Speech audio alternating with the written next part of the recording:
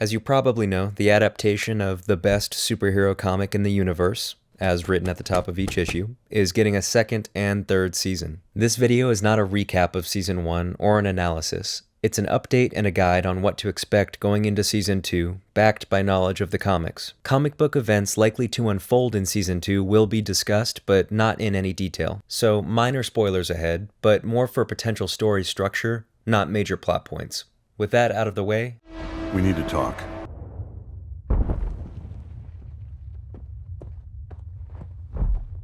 Season 2 of Invincible is finally arriving on Amazon Prime in quote-unquote late 2023, more or less, as announced in the 2-minute teaser posted on January 20th during Invincible's 20-year anniversary celebration. We're all wondering, what qualifies as late 2023? How early does late mean? September, November, December? When the fuck are we getting a real date? Well, many, including me, were optimistically suspicious of a tweet posted on the official Invincible Twitter June 22nd of last year.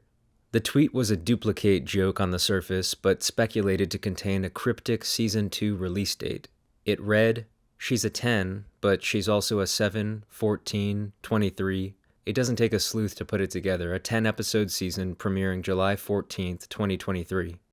A not-so-sly announcement or a humorous coincidence? We don't know, but the numbers sure do make sense. And taking into account Invincible's consistently vocal social media presence, I find it odd there's no response to the many inquiring comments. I feel like if it weren't a date, they would have shut down the notion entirely, but they didn't. And another problem, does July constitute late? It's only the start of the third quarter. Is this why they slapped the more or less in parentheses onto late 2023? Well, anyway, if Season 2 does premiere in July, that means we will have waited a whopping 2 years, 3 months, and change. In other news, it appears Jeffrey Dean Morgan has been cast as a character in either Season 2 or, more likely, Season 3.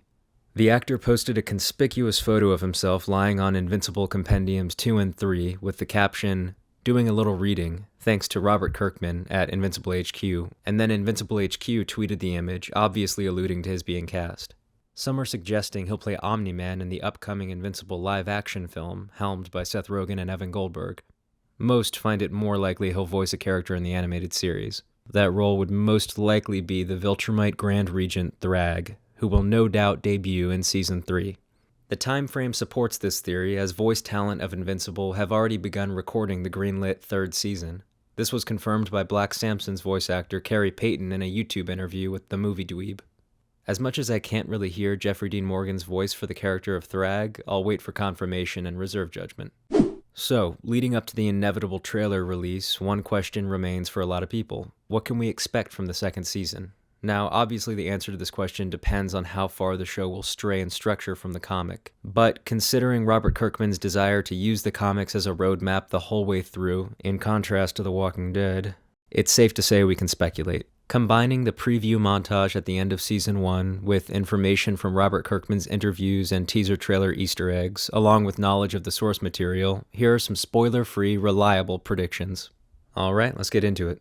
So, Season 2 will surely be less Monster of the Week than Season 1, more interwoven with plot threads running concurrently.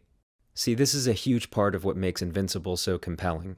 The absence of concrete story arcs and the realistic chaos of Mark's strenuous life.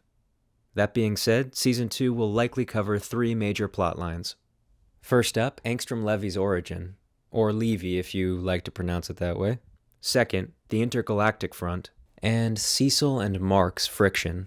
So let's break these down in roughly the order I believe they'll occur in the season, starting with the gifted genius scientist, Angstrom Levy. A little info on Angstrom as we first find him. A brilliant man born with the ability to open swirling green portals to alternate realities, but with 2 caveats. He doesn't know which dimension he's entering, and he does not leave his physical, geographical position. He's not teleporting. His coordinates remain the same whatever new reality he steps into. His goal? To unify hundreds of his interdimensional counterparts, assimilating their knowledge of the vast multiverse. Mastering his gift for safe interdimensional exploration. Sounds innocent enough, right? Well, to do this, Angstrom breaks the nefarious Mauler Twins out of prison where Robot last left them. Angstrom enlists their help, benefiting from their expertise and mind transfer. I think a great place to start Season 2 is with Angstrom's introduction. Let's review his first scene in the comics. We're placed in an alternate dimension, one where Mark actually snapped and succumbed to Nolan's persuasion and pressure, joining his father in the conquest of Earth. This outcome, we come to find, is not uncommon across the multiverse. We're soon introduced to a scientist on the run, collaborating with this dimension's Robot and The Immortal to vanquish the father-son world destroyers. Starting here would familiarize viewers with the new concept of interdimensional travel in Invincible and kick off Angstrom's storyline with a bang. Without spoiling too much more, I really hope this is where they start off the season. So, which of Mark's adventures will supplement Angstrom this season? Well, as teased in Season 1's conclusion, the Sequids have now conquered Mars, setting their sights on Earth. They pose a world-ending risk to Mark and the Guardians. Only heroes with skin tough enough to deflect the Sequids can combat them. As we saw in Season 1, for example, Mark's Viltrumite invulnerability nullifies their mind-controlling tendrils. Now in the comics, while the Sequids close in on Earth, the zealous Lizard League attacks a government missile silo fast and hard, taking nuclear control. Rexplode, Duplicate, and the other Guardians who don't have skin tough enough to join in the fight against the Sequids are stuck on Earth defending it from the Lizard League. This two-front war against global threats is a suspenseful, violent, and dramatic event in the comics, and would make a perfect early episode in Season 2. Robert Kirkman loves packing his stories tight with overlapping plot threads like this, and it makes for some insane payoffs. Stay fucking tuned, people. Comic readers, you know what's coming. Moving on, we'll also get heavy development on the Galactic Front, of course. We'll learn of Alan the alien's backstory, and how he was genetically designed and bred to combat Viltrum, since the Unopans were forced to set up breeding camps after Viltrum ravaged their planet. We're going to be introduced to Alan's home planet of Telescria, which is also the headquarters of the Coalition of Planets. Moreover, we'll meet the mysterious, grizzled leader of the Coalition, Thetis. Alan meets with Thetis in the comics to discuss the recent developments on Earth regarding Mark's existence and Nolan leaving his post.